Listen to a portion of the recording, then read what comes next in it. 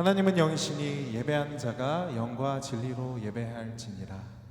우리의 산 소망 되시는 주님을 함께 찬양하며 이 시간 우리의 모든 예배 오직 주님 앞에만 올려드리는 시간 되기를 소망합니다. 우리 함께 예수 나의 산 소망 찬양하며 나아가겠습니다.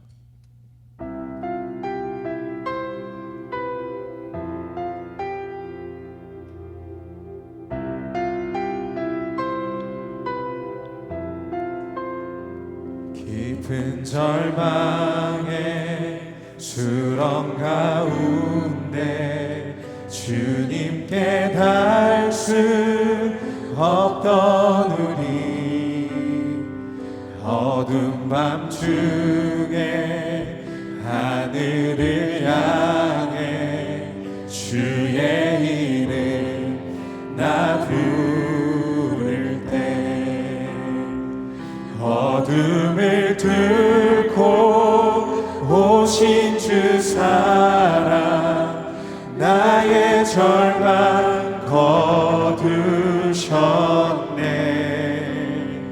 주님의 공로 다 이루셨네.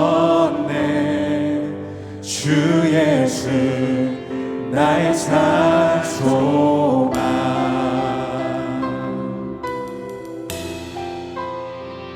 그 누가 주의 자비를 다하라 한없는 은혜 증량할까.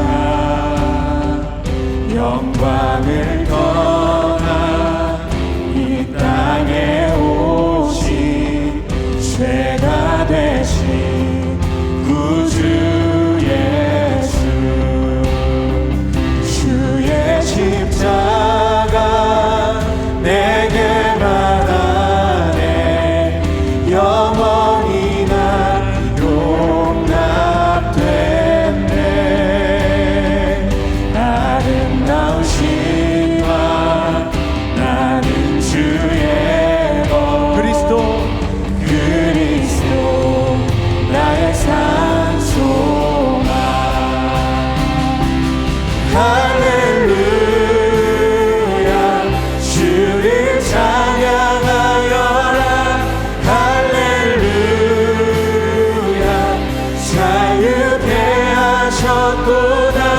죄의 저주 끊으신 주께 구원이 또다. 주 예수 나의 산 소망. 할렐루야 할렐루야. 주를 찬양하여라. 할렐루야. 자유케 하셨도다.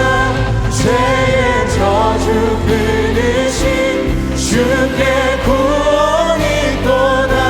주 예수 나의 산 소망.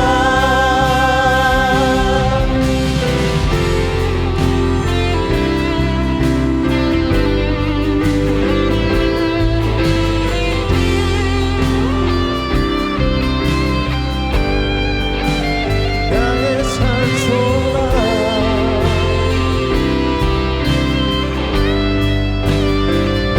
주 예수 나의 산 소망.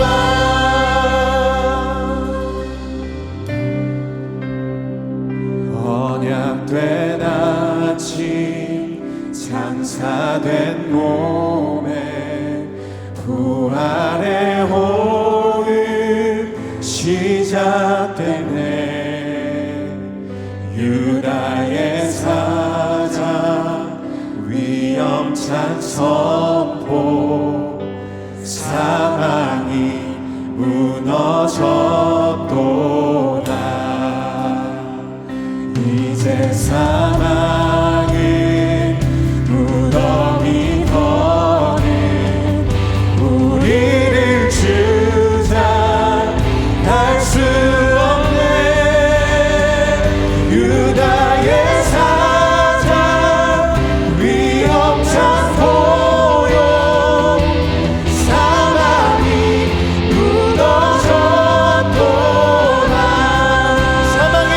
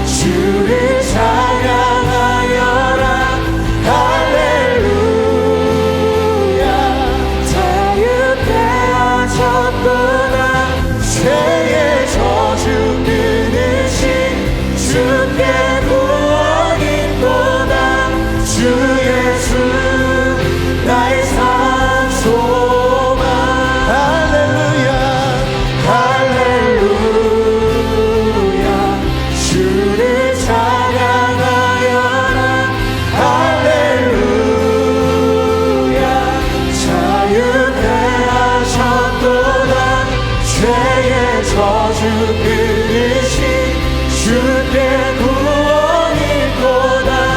주 예수 나의 산 소망 그리스도 나의 산 소망 당신은 나의 산 소망. 우리의 모든 소망 되시는 주님께 영광의 박수 올려드립시다. 주님,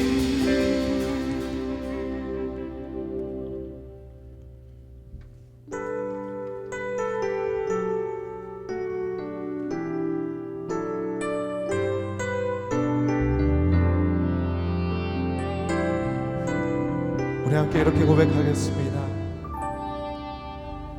나 주님의 기쁨 되기 원하네. 내 마음을 새롭게 하소서. 새 부대가 되게 하여 주사. 주님의 빛 비추게 하소서. 다시 한번 나 주님의 기쁨 되기 원하네. 나 주님의 기쁨 되기 원하네. 내 마음을 새롭게 하소서. 내 마음을 새롭게 하소서. 주님, 우리를 새 부대가 되게 하여 주시옵소서. 새 부대가 되게 하여 주사. 주님의 빛 비추게 하소서. 내가 원하는 한 가지 주님의 기쁨이 되는 것. 내가 원하는 한 가지 주님의 기쁨이 되는 것. 겸손히 내 마음 드립니다. 나의 모든 것, 나의 모든 것 받으소서. 나의 맘 깨끗게 씻어주사. 주의 길로 행하게 하소서. 내가 원하는 한 가지 주님의 기쁨이 되는 것. 내가 원하는 한 가지 주님의 기쁨이 되는 것. 내가 원하는 한 가지 주님의 기쁨이 되는 것. 내가 원하는 한 가지 주님의 기쁨이 되는 것. 겸손히 내 마음 드립니다. 겸손히 내 마음 드립니다. 나의 모든 것 받으소서. 나의 모든 것 받으소서. 나의 맘 깨끗게 씻어주사. 주의 길로 행하게 하소서. 내가 원하는 한 가지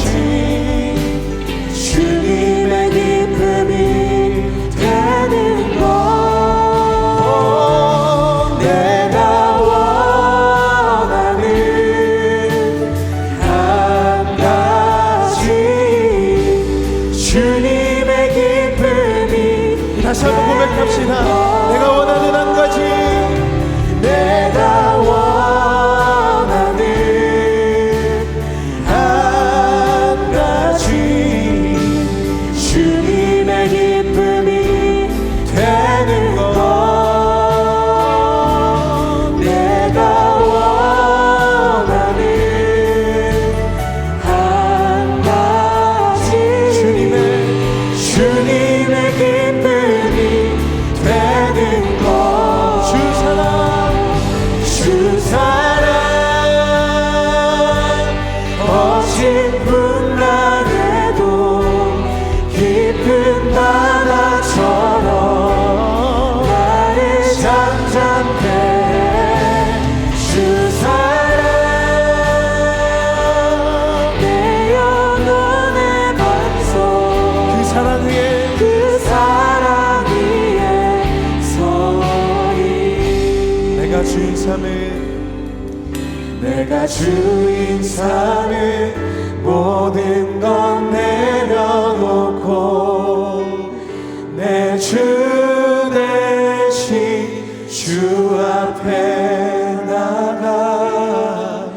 내가 사랑했던 모든 건 내려놓고 주님만 사랑해. 우리 한 번 더.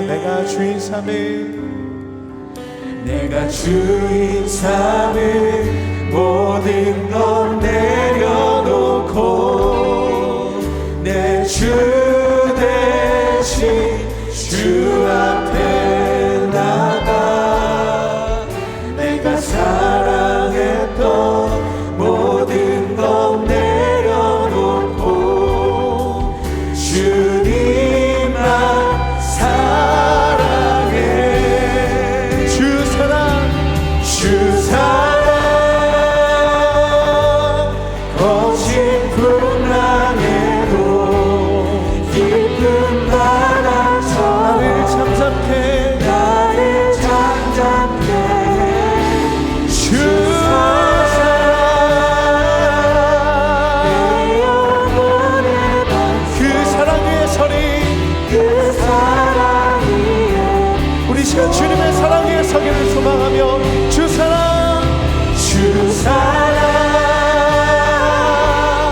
거친 풍랑에도 깊은 바다처럼 나를 잠잠케 주 사랑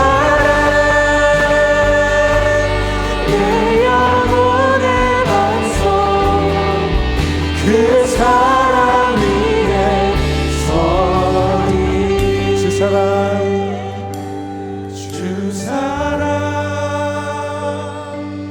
거친 풍랑에도 깊은 바다처럼 나를 잠잠케 주 사랑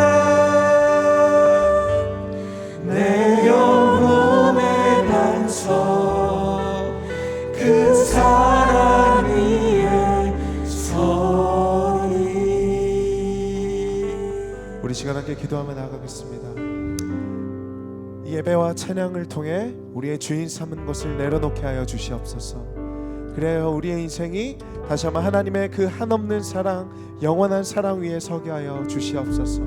우리 인생에 반드시 찾아올 풍랑과 북풍 가운데, 창수가 나고 홍수가 치는 가운데 우리가 영원한 주님의 사랑 위에 서서 우리를 잠잠하게 하시는 영혼의 반석 되시는 하나님을 붙잡는 자들 되게 하여 주시옵소서. 우리 인생을 온전히 주님 앞에 맡겨드립니다. 나의 주인이 되어주시고 나의 인생을 통치하여 주시옵소서. 우리 이 마음 가지고 함께 주님 앞에 간절하게 기도하며 나아가겠습니다. 주님,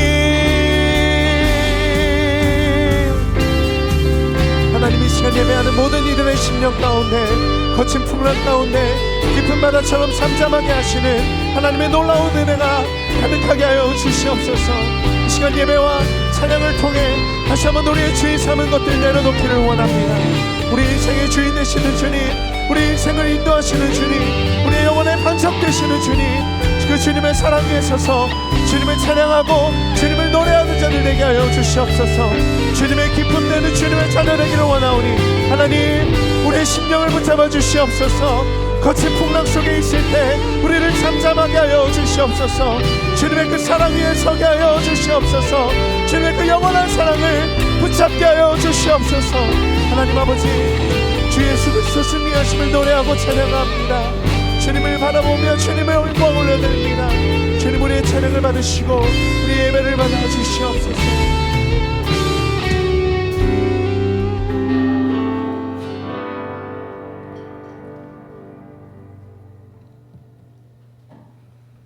천지 만물을 창조하시고 지금도 우리와 함께 하시는 하나님 아버지, 10월의 마지막 주일도 변함없이 예배의 자리로 불러주셔서 감사합니다. 주님의 자녀라고 하면서 주님의 자녀답게 살지 못함을 고백합니다. 주님을 사랑한다고 입술로는 늘 말하면서도 오히려 세상과 저희 자신을 더욱 사랑했던 허물을 고백합니다. 주님마저도 저희의 이기적인 사랑의 도구로 만들려 했던 저희들의 죄를 용서하여 주세요. 주님의 일보다 자신의 욕심과 세상적인 일에만 열심이었던 연약한 모습을 회개합니다. 십자가 공로 의지하여 용서를 구하오니 저희의 겉과 속에 있는 모든 죄를 깨끗이 씻어주시옵고 죄에서부터 멀어지게 해주세요. 이제는 마음과 뜻과 정성을 다하여 주님을 더욱 사랑하게 하여 주세요. 나라를 위해 기도합니다. 지금 이 나라, 정치, 경제, 사회 모든 분야에서 어려움을 겪고 있습니다. 이 나라와 백성들을 긍휼히 여기사 하루속히 전국이 안정되고 사회가 안정될 수 있도록 도와주세요. 이 나라의 어려움 앞에는 교회가 무엇을 해야 하는지 바로 깨달아 알게 하여 주시옵고 이 땅에 세워진 교회가 세상의 빛과 소금의 역할을 잘 감당하게 하여 주세요. 주님, 오늘도 주님의 말씀으로 신령한 만나를 준비하신 주효성 강도사님을 성령의 능력으로 붙들어 주세요. 주님의 말씀을 사모하며 귀 기울여 듣는 심령마다 주님의 음성을 들을 수 있는 은혜를 허락하여 주세요. 소망이 교회를 위해 기도와 물질로 헌신하는 교회와 가정을 기억하여 주시옵고 귀한 헌신을 하는 가정과 교회마다 성령 충만으로 채워주세요. 예배를 돕는 손길도 기억하여 주시기를 원합니다. 하나님 홀로 영광 받아 주시옵고 예수님의 이름으로 기도드립니다. 아멘.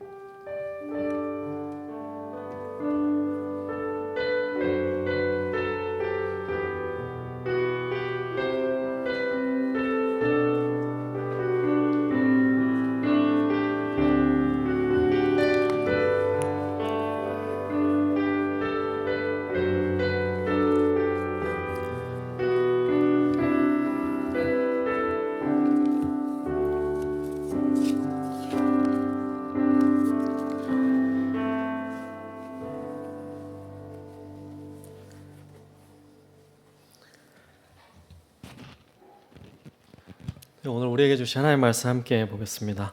사사기 13장 15절부터 23절까지의 말씀입니다. 사사기 13장 15절에서 23절까지의 말씀입니다.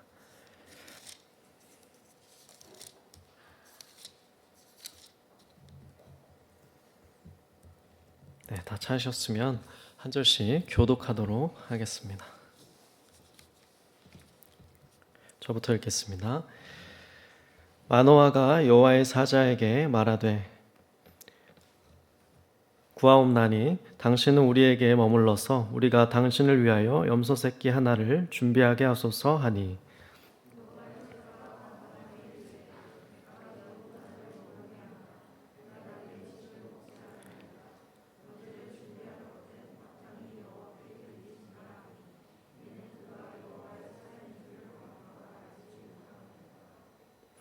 마노아가 또 여호와의 사자에게 말하되 당신의 이름이 무엇이나이까? 당신의 말씀이 이루어질 때에 우리가 당신을 존귀히 여기리이다 하니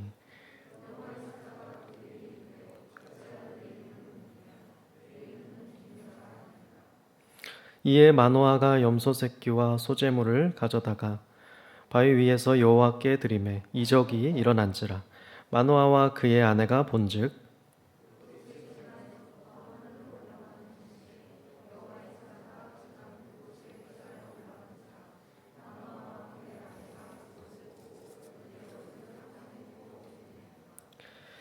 여호와의 사자가 마노아와 그의 아내에게 다시 나타나지 아니하니 마노아가 그제야 그가 여호와의 사자인 줄 알고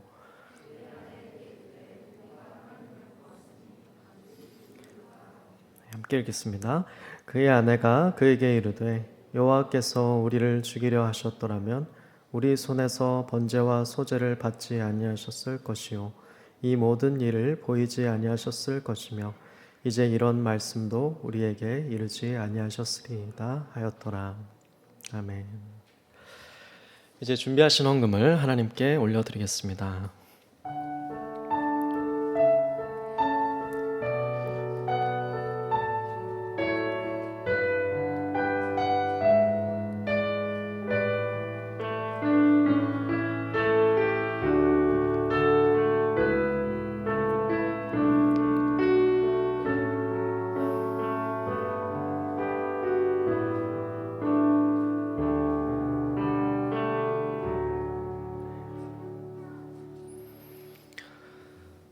살아계신 하나님, 오늘도 우리를 이 자리로 불러주시고 우리가 하나님 앞에 나올 수 있는 은혜 주신 감사합니다.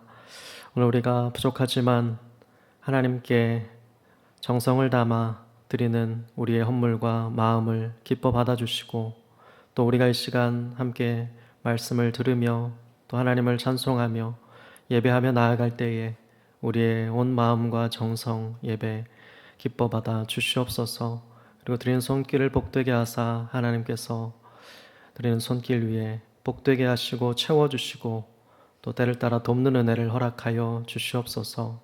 오늘도 우리에게 하나님 말씀하여 주시고 하나님께서 주시는 은혜를 온전히 받아 누리는 복된 시간 통하여 하나님께 영광 돌리는 귀한 주일 되도록 인도하여 주옵소서. 감사하며 살아계신 예수님의 이름으로 기도하였습니다. 아멘.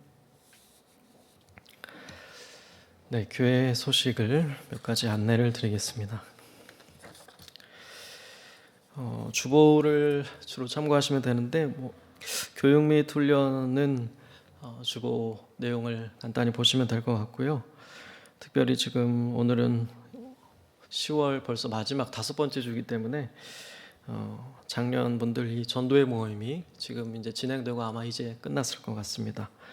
그리고 다음 주에는 우리 부서별 교사 기도회가 또 첫 주에 있는데 다음 주가 첫 주기 때문에 4층 사회교육실에서 10시 10분에 있으니 참고해 주시고 많이 참여해 주시면 좋겠습니다. 그리고 계속해서 학습 세례 유아 세례 신청을 받고 있는데 아직까지 혹시나 신청을 못 하신 분들은 신청해 주시면 되겠습니다. 그리고 오늘 이제 저희 청년부 이따가 예배를 마치고 2시 30분에 교회에서 창경궁과 대학로 쪽으로 아우팅을 출발하려고 합니다. 그래서 많이 또 참여를 부탁드리겠습니다. 그리고 새가족 성경 공부 수료하신 분 계시고 다음 주에 또 우리 결혼 광고도 있습니다. 보시게 되면 저희 청년부 백현미 형제님, 임지혜 자매님이 계속 광고 드렸는데 드디어 이제 다가오는 토요일 11월 5일이고요. 오전 11시 30분에 결혼식이 있습니다. 수원 법원 종합청사에서 진행되는데 조금 여유 있게 오전 10시에 다 같이 교회 차량을 통해서 이동하려고 합니다. 그래서 늦지 않게 참석하고자 하시는 분들은 많이 이 10시 시간 맞춰서 참여를 부탁드리겠습니다. 지난주에 등록하신 또 새가족분들 계신데요. 이따가 또 청년부 모임 때 광고할 때 함께 환영해 주시면 좋겠습니다. 네, 교회 소식은 여기까지 광고를 드리고 오늘 제가 잠시 기도한 이후에 말씀 전하도록 하겠습니다. 좋으신 하나님, 오늘도 우리 이 주일 주님의 말씀에 귀 기울이고자 합니다. 하나님께서 이 시간 부족하지만 하나님의 성령께서 인도하여 주시고 역사하여 주시고 우리에게 마음을 열어주시고 또 들을 길을 주셔서 하나님의 말씀, 하나님의 주시는 은혜를 온전히 받으며 또 그 말씀 가운데 행하며 그 말씀 가운데 열매 맺는 복된 삶으로 이어질 수 있도록 이 시간을 인도해 주시고 축복하여 주시옵소서. 하나님께서 온전히 기뻐하시는 하나님께 더 가까이 나아가는 그러한 복된 우리의 모습들이 되기를 소원하며 이 시간을 온전히 하나님의 은혜에 부탁드리며 살아계신 예수님의 이름으로 기도하였습니다. 아멘. 네, 오늘 사라진 평온이라는 제목으로 사사기의 말씀을 함께 나누려고 합니다. 네, 오늘 제가 사실은 설교를 한 지 얼마 안 됐다고 생각을 했는데 이렇게 그때 지난주에 이렇게 강도사 인허를 받고 또 그 다음 주가 됐기 때문에 아마 그것을 또 기념하는 의도가 있는 것 같습니다. 그래서 제가 오늘 갑작스러우실 수도 있겠지만 오늘 또 제가 지난번에 이어서 말씀을 함께 나누게 됐는데요. 고민을 하다가 아마 아시는 분들은 많이 또 알고 계시겠지만 저희가 날마다 쏟는 샘물이라는 큐티책으로 새벽 예배 때 계속해서 사사기의 말씀을 보고 있는데 오늘은 13장의 삼손 이야기 부분을 함께 나누면 좋을 것 같아서 같이 말씀을 좀 준비해 보았습니다. 사사기의 말씀을 가지고 사실은 지난번에 목사님 또 코로나 확진으로 인해서 나눌 때 제가 떠오른 말씀 중에 신명기의 이스라엘의 왕에 대한 규례로 한번 말씀을 관련해서 전한 적이 있었는데요. 그때 살짝 이제 개관도 해드리고 사사기의 좀 중요한 메시지도 소개해드리고 특별히 이스라엘의 왕이 지켜야 할 중요한 몇 가지 규례들을 살펴보면서 마지막으로는 이스라엘의 왕이 율법서를 필사하고 그것을 가까이 하며 여호와 하나님 교회하기를 배우는 것의 중요성을 설명을 드리면서 마무리했던 것이 기억이 나는데요. 오늘은 쭉 뛰어넘어서 그 사이에 벌써 많이 진행이 됐기 때문에 사사기에 사실 12명의 사사가 나온다고 우리가 알고 있는데 벌써 12번째 사사인 삼손의 이야기로 함께 좀 살펴보면 좋겠습니다. 그런데 좀 많이 뛰어넘고 또 여러분께는 낯설 수도 있기 때문에 약간의 그 표를 통해서 살짝 그림을 통해서 조금 설명을 도와드릴 수 있을 것 같아서 하나 준비했는데요. 띄워주시면 되겠습니다. 그래도 잘 보이시죠? 가령 이제 첫 번째 사사부터 해서 지금 여기 이 표상으로는 저도 그나마 완벽하게 마음에 드는 게 없어서 이거를 가져오긴 했는데 이게 그나마 잘 설명이 되어 있는 것 같습니다. 한 가지 조금 유념할 부분은 12번에 여기서는 이제 압돈이라는 사사가 표시가 되어 있는데 그것은 이제 위에 보시면 6번에 아비멜렉이 사사는 아니고 사실 자칭 왕이 돼서 가운데 이제 껴있는 존재라고 할 수 있는데 그것을 빼야 되는데 여기서는 6번으로 카운트가 된 게 보이시죠? 그래서 그거를 감안한다면 이제 12번째 사사는 압돈이 아니고 이제 삼손이라고 할 수 있습니다. 그래서 그 부분만 유념해서 보시면 될 것 같은데요.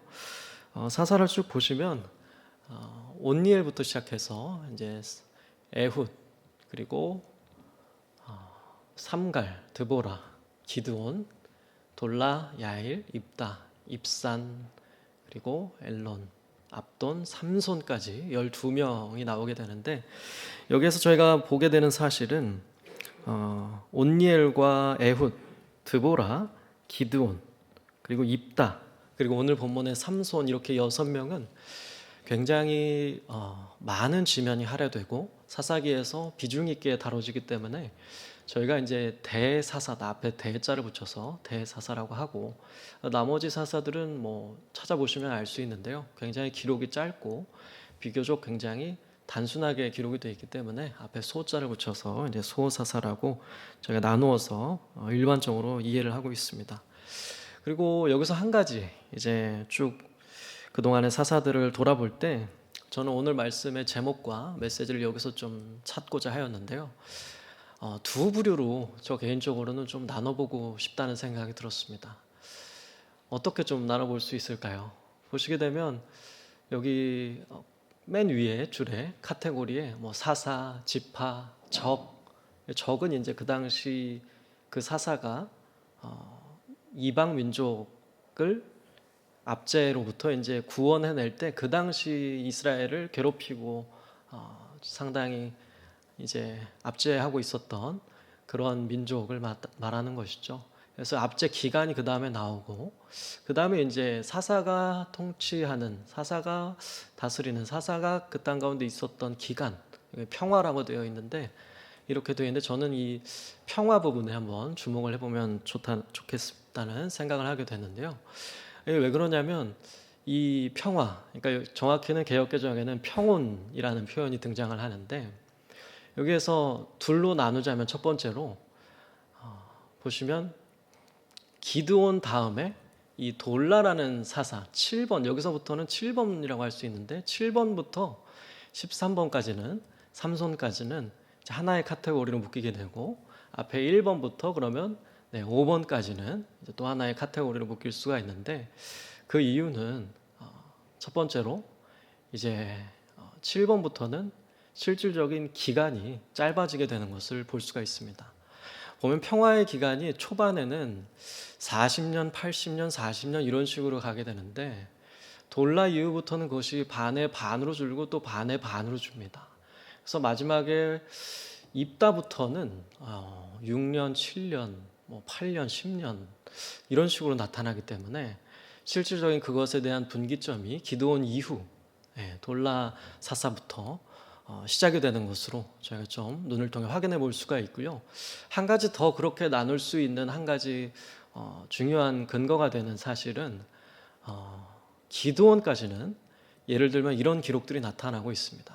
어떤 사사가 다스리는데 그 사사가 있을 동안, 통치할 동안, 살아있을 동안에는 그 이스라엘 백성의 땅이 평온했더라라는 기술이 나타나는데, 안타깝게도 기드온 이후에는 그러한 기술 없이 그냥 이 사사가 몇 년 동안 그 땅 가운데 있었다라는 기록만 나타나기 때문에 제 개인적으로는 사사들을 대사사, 소사사 이렇게도 나누고 다양하게 좀 개인적인 묵상으로 나눌 수 있겠지만, 이것이 또 하나의 분기점이 돼서 우리에게 또 사사에게 중요한 또 인사이트를 제공해 주지 않나 하는 생각이 듭니다. 네, 그림은 이제 내려주셔도 되고요. 그렇다면 이제 그 말씀을 한번 찾아보면 좋겠는데요. 제가 여기 사사기 8장 28절을 가져왔습니다. 사사기 8장 28절이 말씀드린 바와 같이 기드온을 마지막으로 해서 평온했다라는 기록이 마지막으로 등장하는 부분이라고 할 수 있겠습니다. 제가 읽어드리면, 미디안이 이스라엘 자손 앞에 복종하여 다시는 그 머리를 들지 못하였으므로 기드온이 사는 40년 동안 그 땅이 평온하였더라 라고 되어 있습니다. 그래서 이제 이런 구절들이 사실은 계속 등장을 했었던 것이죠. 가령 제가 몇 가지만 더 읽어드리면 5장에 이제 드보라 같은 경우도 이런 식으로 마무리가 됩니다. 그 땅이 40년 동안, 이 드보라가 사사로 있는 동안 평온하였더라. 또 3장에 좀 더 올라가서 굉장히 긴 80년이라는 평온을 누렸던 에훗 사사는 이렇게 마무리가 됩니다. 그날에 모압이 이스라엘 수하에 굴복함에 그 땅이 80년 동안 평온했더라. 이런 식으로 계속 마치 하나의 사사기에 짜여진 큰 틀처럼, 규칙처럼 이제 마무리가 됐었는데, 기드온을 끝으로는 그런 모습이 보이지가 않고 있었던 것입니다. 그러니까 오늘 설교 제목처럼 사사기 저자가 어느 순간부터 평온이라는 단어를 빼버리고 그 평온이 그 땅 가운데 사라졌음을 어떻게 보면 암묵적으로, 간접적으로 이러한 구성의 변화를 줌으로써 우리 독자들에게 알려주고 있는 것이 아닌가 하는 생각을 자연스럽게 할 수가 있게 되는 것 같습니다. 그렇다면 이제 그 예를 한번 조금 그래도 소개를 해드리는 게 좋을 것 같은데요. 바로 기드온 이후에 소사사가 2명 나오는데, 소사사는 기록이 짧기 때문에 간단히 이제 넘기면 될 것 같고, 일단 그 다음에 나오는 입다라는 대사사가 어떻게 마무리되는지 한번 주목해 보면 좋을 것 같습니다. 12장 7절에 그 예가 나오는데 이렇게 마무리가 되고 있습니다. 입다가 이스라엘의 사사가 된 지 6년이라 길르앗 사람 입다가 죽음에 길르앗에 있는 그의 성읍에 장사되었더라.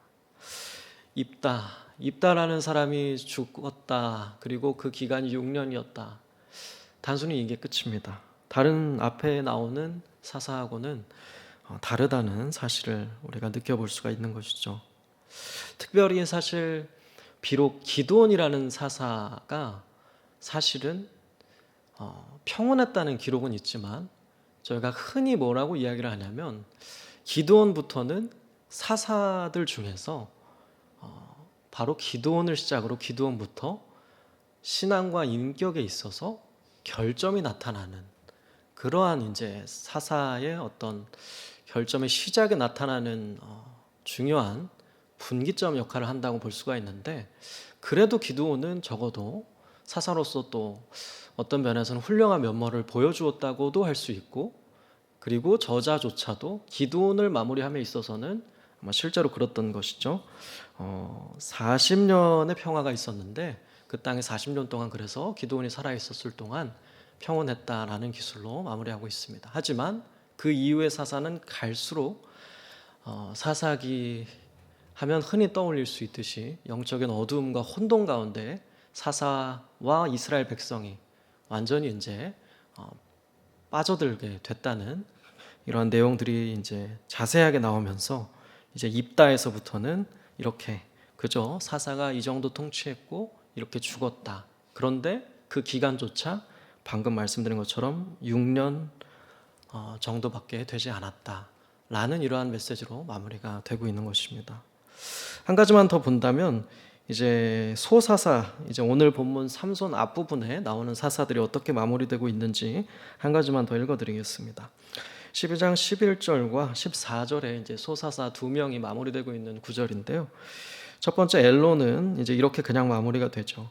그 뒤를 이어 스불론 사람, 여기서 그 뒤는 이제 입다 뒤를 말하는 것인데요. 그 뒤를 이어 스불론 사람 엘론이 이스라엘의 사사가 되어 10년 동안 이스라엘을 다스렸더라. 네, 이렇게 되고 이제 바로 다음 사사로 넘어가게 되죠. 그래서 14사, 다음 사사 압도는 이렇게 마무리가 되고 또 끝이 납니다. 보시면 14절에 그에게 아들 40명과 손자 30명이 있어 어린 나귀 70마리를 탔더라. 압돈이 이스라엘의 사사가 된 지 8년이라. 이렇게 그냥 마무리가 되는 것입니다. 6년, 10년, 8년, 80년, 40년에 비하면 말도 안 되는 숫자라고 할 수가 있겠죠. 그리고 어느새 입다에서부터 평온이 그 땅 가운데 사라졌음을 저자는 우리에게 알려주고 있습니다.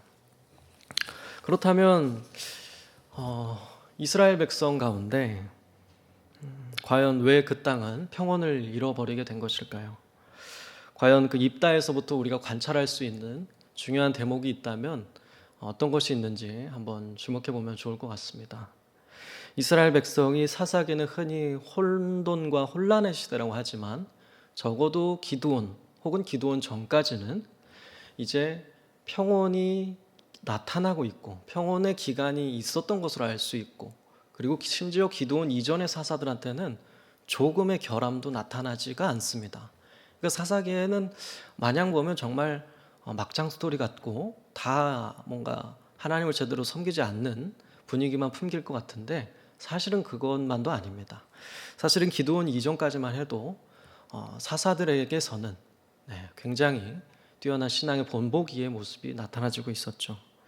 그런데 이제 기드온에서부터 그것이 깨지기 시작하고 입다에 이르러서는 이제 완전히 파국에 치닫는 이스라엘의 신앙의 면들이 우리가 관찰하게 될 수가 있게 되는 것입니다. 그렇다면 이제 삼손 전에 나타난 입다의 면 중에서 저희가 딱 떠올릴 수 있는 것은 사실은 그가 아마도 제 추측에는 그 당시 만연했던 이방 신들, 우상 숭배에서 사용되는 것처럼, 에서 하는 것처럼 여호와 하나님을 섬기는 면이라고 보여지는데요.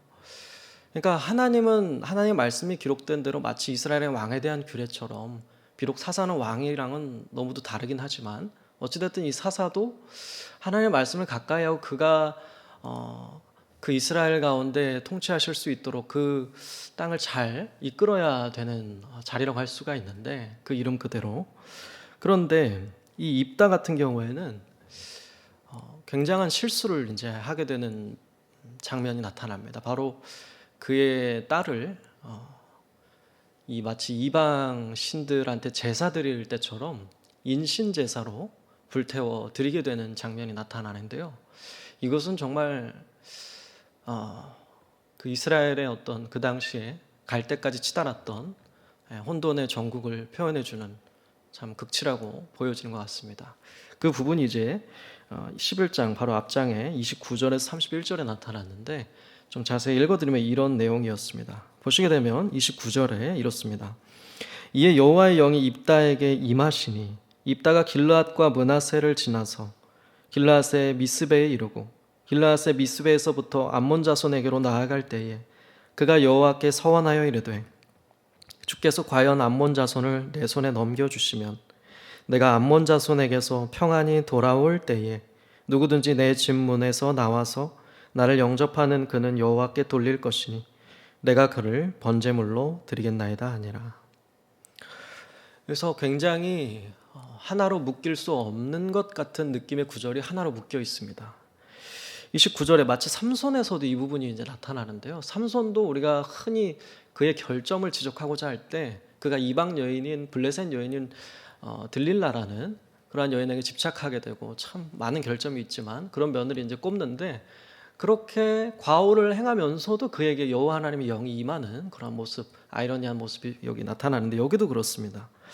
이 입다라는 사사에게 놀랍게도 여호와 하나님의 영이 임합니다. 그가 사사로 세워지고 여호와 하나님의 영이 임하는데 그런데 입다는 여호와 하나님의 영이 임하면 다른 사사의 경우에는 입다 전의 경우에는 여호와 하나님의 영이 임해서 이제 다른 지파들을 소집해서 그들을 이끌고 그 전쟁을 구원으로 승리로 이끌고 그렇게 돼서 참 아름답게 마무리가 돼야지 이제 그 전의 스토리와 맞다고 할 수가 있는데 여기서는 입다가 암몬 자손에게로 나아가는데 여호와 하나님의 영이 임해서 그런데 이상한 고백을 하게 되는 것입니다.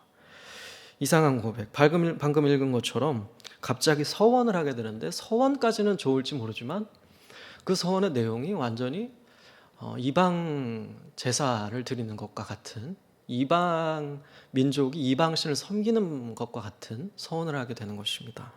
바로 누구든지 확실히 아마 사람을 지칭하는 것으로 보이죠. 내 집문에서 나와서 나를 처음으로 영접하는 그 사람을 나는 여호와 하나님께 돌리겠습니다. 어떻게 해주신다면 바로 이 암몬 자손에게서 이스라엘을 구원으로 이끌어 주신다면 바로 그러한 일을 행하겠다는 것입니다. 여호와 하나님께 그렇게 제사를 드리겠다는 충격적인 서원을 하고 말게 되는 것입니다.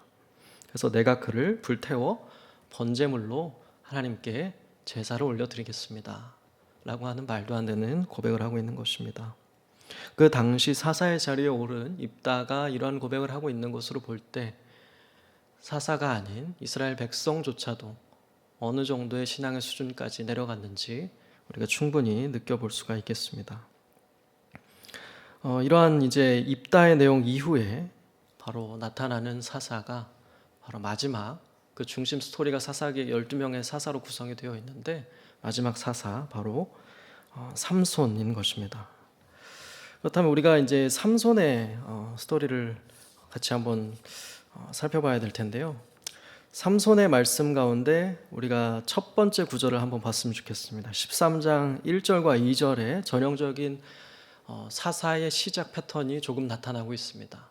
바로 이스라엘 자손이 다시 여호와의 목전에 악을 행했다라는 전형적인 문구로 이제 새로운 사사의 등장을 알리고 있습니다. 그런데 여기서 우리가 1절에 제가 더 읽어드리면 주목해 볼 사실이 하나 더 나타납니다. 여호와께서 그들을 40년 동안 블레셋 사람의 손에 넘겨주시니라. 소라 땅의 단지파의 가족 중에 마노아라 이름하는 자가 있더라. 그의 아내가 임신하지 못하므로 출산하지 못하더니. 그러니까 악을 행하였다라는 말까지는 비슷한데 그 다음에 40년이라는 압제 기간, 충격적이게 늘어난 확장된 압제의 기간이 소개되고 있습니다. 그 이전에는 그러지 않았었는데 이제는 평온의 기간은 짧아지고 압제의 기간은 훨씬 늘어나게 되는 모습을 서두에서부터 보여주고 있는 것입니다. 그러면서 독특하게도 2절에는 이제 임신하지 못하는 마노아라는 사람의 아내 이야기를 통해서 삼손이라는 사람이 출생하게 되었음을 소개하는 방식으로 이야기가 나타나고 있습니다. 그렇다면 이제 그 삼손의 출생을 예고한 사람은 이제 우리가 여호와의 사자가 나타나서 예고했다라고 말씀을 통해 알 수가 있는데 그 사자가 무엇이라고 이야기했는지 삼손이 흔히 나실인이라고 이야기하는데 그 4절과 5절의 말씀을 통해서 다시 한번 제가 복기를 해보겠습니다. 바로 이러한 규례를 지킬 것을 말하면서 그 아이는 독특하게도 나기 전부터, 뱃속에 있을 때부터 하나님께 구별되게 바쳐진 나실인임을 설명해 주고 있습니다. 그러니까 굉장히 여기까지는 조금 긍정적인 출생의 모습이라고 할 수 있겠죠. 읽어드리면 이렇습니다. 너는 삼가 포도주와 독주를 마시지 말며 어떤 부정한 것도 먹지 말지니라. 보라, 내가 임신하여 아들을 낳으리니 그의 머리 위에 삭도를 대지 말라. 이 아이는 태에서 나옴으로부터 하나님께 바쳐진 나실임이 됨이라. 그가 블레셋 사람의 손에서 이스라엘을 구원하기 시작하리라 하시니. 불임하는 여인이 등장하면서 여호와 하나님의 사자가 그를 찾아갔던 것 같습니다.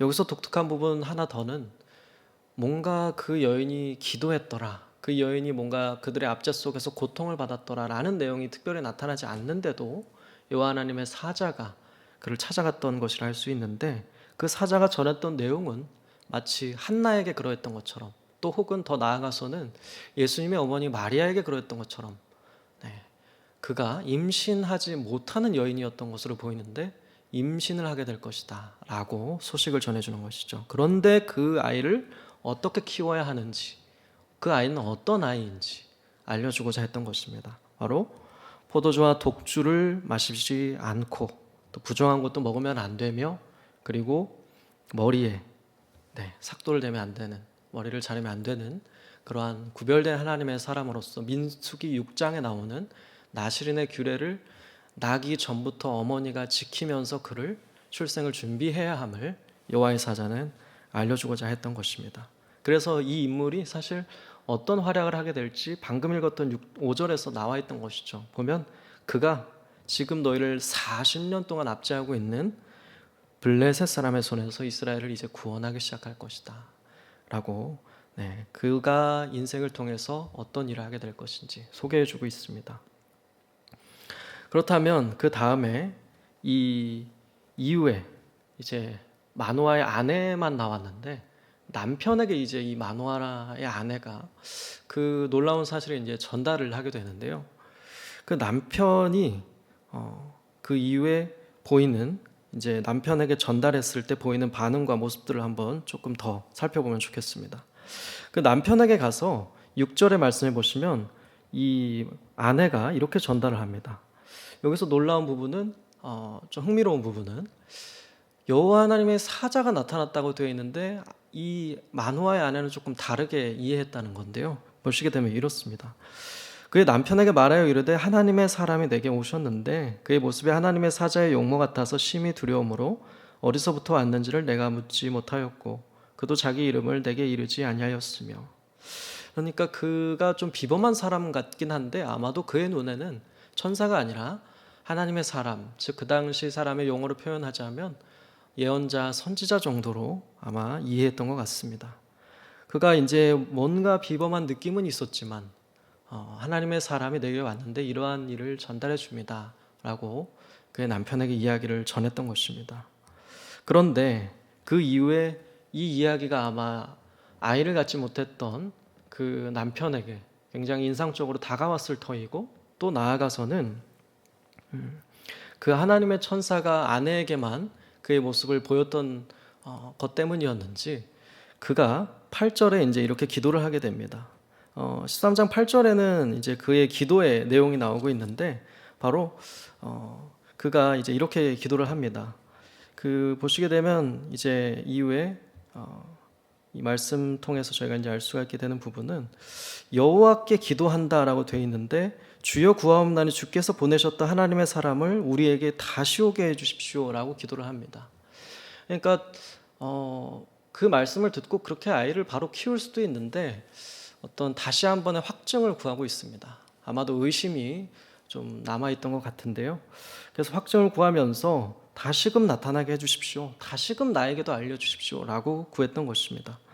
여기서도 이 기도를 들으십니다. 하나님은 이 기도를 들으시고 하나님은 나아가서 하나님의 천사를 다시 한번 보내주시게 되는데요. 희한하게도 남자에게 나타난 것이 아니라 다시금 여자에게 나타나서 이제 그 여자가 나타난 하나님의 천사를 보자마자 남편을 부르게 됩니다. 그래서 남편과 함께 이제 천사를 마주하게 되는 부분이 나오는 게 바로 10절과 11절입니다. 그래서 10절에 보시면 이렇게 되어 있습니다. 보소서 전일에 내게 오셨던 그 사람. 여기서도 이제 여호와 하나님의 천사를 그저 일단 사람 정도로 이해하고 있는 모습이 나타나고 있습니다. 그 이후에 이제 뭐라고 이야기하냐면 다시 나타났습니다, 내게. 그래서 11절에 보시게 되면 이렇게 기록되어 있죠. 같이 그 천사를 만나자 이제 물어보게 되는 모습이 나타납니다. 마지막 부분에 보시면 이 여인에게 말씀하신 그 사람입니까? 라고 묻자 천사가 친절하게 내가 그다라고 답을 합니다. 그 천사는 아직까지도 사실은 마노아의 아내와 마노아한테는 여호와 하나님이 보낸 천사라는 인식은 없었던 것 같습니다. 이제 그 천사가 자신이 하나님이 보낸 천사임을 보여주게 되는데요. 이후에 이제 구절들을 보시게 되면 그것이 나타납니다. 16절과 17절을 제가 한번 읽어보겠습니다. 오늘 보면 16절과 17절에 이제 그 비범한 하나님의 선지자, 예언자 정도로 인식되었던 그 여호와 하나님의 천사를 인지하게 되는 이제 사건이 나타나게 되는데요. 보시게 되면 이렇게 나타납니다. 여호와의 사자가 마노아에게 이르되 내가 비록 나를 머물게 하나 내가 내 음식을 먹지 아니하리라. 번제를 준비하려거든 마땅히 여호와께 드릴지니라 하니 이는 그가 여호와의 사자인 줄을 마노아가 알지 못함이었더라. 마노아가 또 여호와의 사자에게 말하되 당신의 이름이 무엇이나이까? 당신의 말씀이 이루어질 때에 우리가 당신을 존귀히 여기리이다 하니. 보시면 계속해서 그는 이제 저자까지도 설명해 주는 바와 같이 그가 여호와 하나님의 사자인 줄을 그들은 알지 못했던 것이었습니다. 그런데 그의 어떤 메시지와 비범함 때문에 그를 머물고자 하게 했고 심지어는 여기서도 조금 긍정적이지 못한 반응이 나타나는데 그에게 염소 새끼 한 마리를 아마도 가져와서 번제로 드리려고 했던 것 같습니다. 그를 위해서, 하나님의 사람을 위해서, 사람으로 인식했는데 사람한테 염소 새끼를 바쳐드린다는 것이죠. 그런데 여기에서 그가 지적하기를 방금 읽은 구절에 이렇게 반응했던 것입니다. 그것을 여호와 하나님께 드림이 마땅하다. 여호와 하나님께 드림이 마땅하다. 나를 위하여 드릴 것이 아니라 준비하려거든, 번제를 준비하려거든 마땅히 여호와께 드려야 된다라고 어떻게 보면 마노아와 그의 아내의 모습의 어떤 정정을 해준 것이죠. 그렇게 이제 이야기를 한 다음에 이후의 구절에서 이제 나타나는데 18절에 바로 물음에 대한 답이 나타납니다. 18절에는 그의 이름을 기묘자라고 소개를 해줍니다. 그러면서 어떤 사건이 일어나냐면 그것이 이제 19절과 20절에 나타나는데요. 바로 기묘자라고 소개한 여호와 하나님의 천사가 번제를 여호와 하나님께 드리는 그들의 그 불을 타고 하늘로 올라가 버리게 되는 것이죠. 오늘 본문을 읽은 바와 같이 말입니다. 근데 그 모습을 보면 어땠을까요? 그들도 그가 이제 사람이 아니라 여호와 하나님께서 보낸 메신저 역할을 했던 천사였음을 고백할 수밖에 아마 없었을 것입니다. 그래서 보시면 21절과 22절에 이렇게 고백합니다. 여호와의 사자가 마노아와 그의 아내에게 다시 나타나지 아니하니 마노아가 그제야 그가 여호와의 사자인 줄 알고 그의 아내에게 이르되 우리가 하나님을 보았으니 반드시 죽으리로다 하니. 이렇게 반응을 그제서야 하나님이 보낸 사람임을 알게 되는 모습이 기록이 되어 있습니다. 오늘 본문도 굉장히 어두운 시대 가운데 이처럼 삼손이라는 사람이 어떻게 태어나기 전에 어떠한 과정을 거치면서 나게 됐는지 우리에게 굉장히 다른 사사하고는 다르게 자세하게 소개되고 있는 모습을 볼 수 있는데요. 사실 저는 오늘 이 본문을 보면서도 입다의 경우에서랑 비슷하게, 물론 그와 같이 어떤 심각한 정도의 수준은 아니라고 할 수 있지만 비슷하게 이들이 심지어는 마노아 같은 경우는 여호와 하나님께 기도도 하고 또 어느 정도는 여호와 하나님과 하나님의 사람에 대한 인식은, 그 잔상은 뭔가 남아있는 것 같은데 자세히 들여다보면 이들에게는 뭔가 여호와 하나님을 바로 섬길 수 있는 지식이 참으로 부족하고 이들에게는 정말 이 사사기의 어두운 시기를 지나고 있는 이들에게는 하나님을 아는 그러한 백성이라기보다는 마치 저한테는 하나님을 알았던, 뭔가 그래서 그에 대한 어떤 잔상만 남아있는 백성이라고 보여지는 것 같습니다. 앞으로도 이제 그러한 모습을 많이 우리가 만나게 될 것입니다. 그래서 이 땅 가운데 이후에 삼손이 비록 마지막 사사이고, 삼손은 이제 자기 자신을 희생해서 마지막에는 좀 충격적으로 자신을 희생해서 그 땅 가운데 어떤 평온을 가져온다는 말은 없지만 20년이라는 그래도 좀 긴 그 통치 기간 이후에 이제 그것을 가졌다는 이제 말씀이 나타나는데요. 그래도 이제 이 사사 말씀에서 우리가 인정할 수밖에 없는 사실은 이 삼손을 이제 마지막 사사로 우리가 보면서 이스라엘의 시대는 점점 평온이 완전히 사라져 버리게 되고 하나님과는 점점 멀어지게 된다는 사실입니다. 저는 오늘 이 말씀을 이제 삼손 내러티브의 말씀 이 시작 부분을 보게 되면서 과연 이 우리가 살아가고 있는 우리의 삶과 시대에 대해서 한번 생각을 해보았습니다.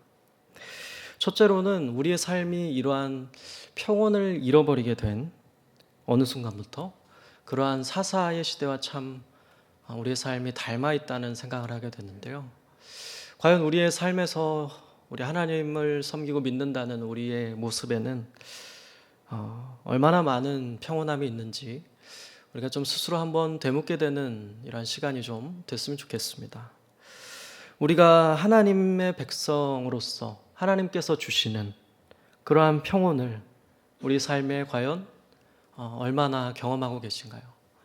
바로 그것은 하나님께서만 주실 수 있는 평온을 말하는 것이고 세상은 줄 수 없는 평온을 말하는 것입니다. 그리고 그것은 아마도 하나님과 하나님의 말씀과 하나님이 세우신 교회를 통하여 하나님께서 이 땅을 온전히 통치하시고 다스리시는 또 그러함으로써 이루어질 수 있는 평온이라고 할 수 있을 것입니다. 그런데 그러한 평온이 이 사사가 통치하던 때에는 이처럼 점점 깨져나가고 결국에는 사라져버리고 결국에는 사사기 21장에 이르러서는 서로 간에 죽고 죽이는 파국으로 시작하게 됩니다.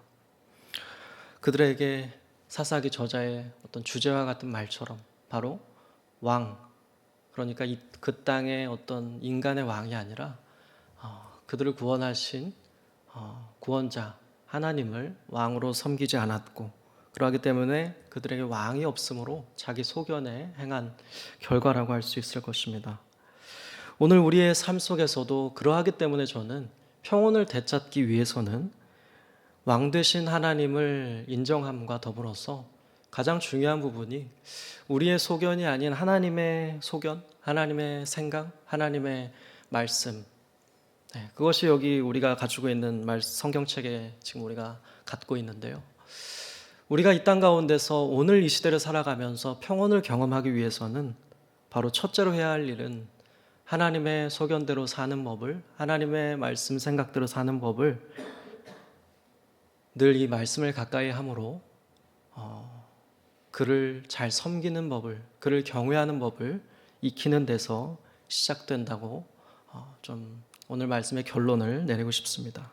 그래서 마치 우리가 지난 말씀을 기억해 볼 때 신명기 17장 사실 마지막 20절 부분에 보시면 그의 어떤 율법을 가까이 하는 이스라엘의 왕에게는 그 땅 가운데서 장구하리라라는 구절이 있는데 그것처럼 우리가 여호와 하나님의 말씀을 가까이 하며 그 왕 되신 하나님의 뜻대로 이 땅 가운데 살아갈 때 우리의 삶도 정말 어떤 다른 세상에 우리의 마땅히 누려야 할 평온을 빼앗기고 사라져버리는 그러한 삶이 아니라 하나님께서 주시는 평온과 은혜를 누리게 되는 삶이 될 줄로 믿습니다.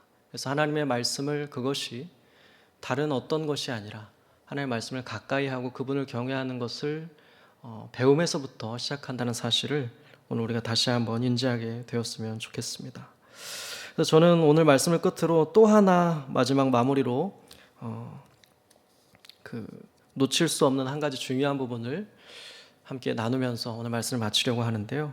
바로 여호와 하나님께서는 이 사사 시대의 백성들과 사사의 어떠함과 상관없이 놀랍게도 그들을 결코 끝까지 포기하지 않으시고 그들을 향해서 계속 새로운 사사를 세우시고 새로운 인물을 출현시키시고 새로운 또 하나님을 섬기는 왕을 보이시면서 계속 그들의 역사를 진행해 나간다는 사실을 통해서 오늘 이 부분을 통해서 마지막으로 우리도 은혜와 소망을 좀 갖고 품었으면 좋겠습니다. 우리의 어떠함은 늘 바뀌죠. 변동하게 됩니다. 우리의 어떠함과 상관없이 하나님은 바로 이 사사시대에 그러하셨듯이 하나님은 우리를 끝까지 이 역사를 통해 보이신 것처럼 포기하지 않으시고 하나님의 은혜는 실패하지 않고 우리의 삶을 붙들고 결국 끝까지 하나님의 뜻 가운데 인도하시게 될 것이라는 그러한 소망으로 우리가 오늘 나아갔으면 좋겠습니다. 우리의 어떠함이 비록 부족하고 모자라고 연약하다 할지라도 실패하지 않는, 포기하지 않으시는 그 하나님의 은혜, 그 하나님의 열심, 그 하나님의 미쁘심, 그 하나님의 신실하심, 그 은혜에 우리가 기대어서 한 주도 살아가게 되고 그 안에서 평안을 누리며 평온을 경험하며 그분의 말씀을 통해 그분의 통치를 경험하시는, 그리하여서 하나님께 기쁨을 안겨드릴 수 있는 저와 여러분이 되기를 주님의 이름으로 축복합니다. 같이 한번 오늘 말씀 제가 마무리하면서 뽑아보았던 찬양이 있어서 이 찬양을 같이 함께 일어나서 부름으로써 오늘 예배를 마치면 좋겠는데요. 바로 나의 안에 거하라 라는 찬양입니다. 이 찬양 가사 그대로 우리가 함께 일어나서 나의 안에 거하라, 이 찬양을 우리 중심의 고백으로 드렸으면 좋겠습니다. 나의 안에 거하라. 우리가 이 시간 하나님 안에 이 가사 그대로 온전히 거하면서 하나님이 주신 은혜를 경험할 수 있었으면 좋겠습니다. 같이 함께 우리의 고백으로 이 찬양을 드리겠습니다. 나의 안에 거하라. 나의 안에 거하라. 나는 내 하나님이 모든 환난 가운데 너를 지키는 자라. 두려워하지 말라. 두려워하지 말라. 내가 널 도와주리니 놀라지 말라. 내 손 잡아주리. 처음부터 한번 고백하겠습니다. 나의 안에 거하라. 나의 안에 거하라. 나는 내 하나님이니. 아멘. 모든 환난 가운데 너를 지키는 자라. 두려워하지 말라. 내가 널 도와주리니 놀라지 말라. 내 손 잡아주리라. 내가 너를 지명하여 불렀나니 너는 내 것이라. 아멘. 내 것이라. 너의 하나님이라. 내가 너를 보배롭고 존귀하게 여기노라. 너를 사랑. 우리 다시 한번 소망을 품고 고백하겠습니다. 내가 너를 지명하여 불렀나니. 내가 너를 지명하여 불렀나니 너는 내 것이라. 내 것이라. 나의 하나님이라. 내가 너를 보배롭고 존귀하게 여기노라. 너를 사랑하는 내 여호. 우리 같이 한번 기도하게 마무리하겠습니다. 하나님, 이 시간 다시 한번 우리 빼앗긴 평온의 삶에서 회복되어 하나님이 주시는 평온을 경험할 수 있도록 하나님 안에 온전히 거하게 해주십시오. 하나님, 이 시간 나를 구원하신 하나님, 내 이름을 불러주시고 나를 보배롭고 존귀하게 여기시는 하나님 안에서 하나님께 가까이하며 하나님의 뜻 따라 하나님의 말씀 따라 살기를 결단하겠습니다. 하나님 안에서 하나님 주시는 평온을 경험하며 살기를 소원합니다라고 같이 함께 기도하며 나아가겠습니다. 살아계신 하나님, 이 시간 우리의 말씀을 통하여 우리가 다시 한번 소망을 품고 가야 할 길을 우리가 확증하며 나아가기를 원합니다.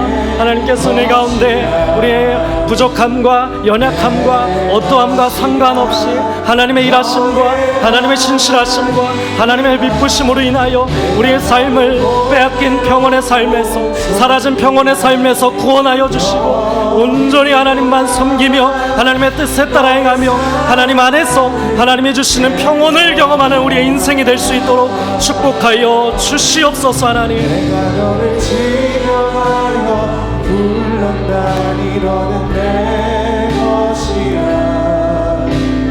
내 것이라, 너의 하나님이라. 내가 너를 보배롭고 존귀 안에 여기노라. 너를 사랑하는 내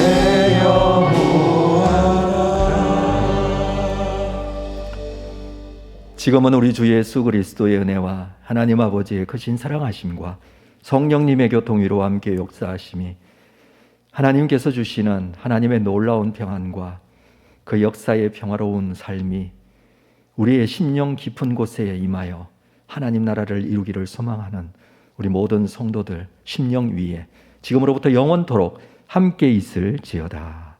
아멘.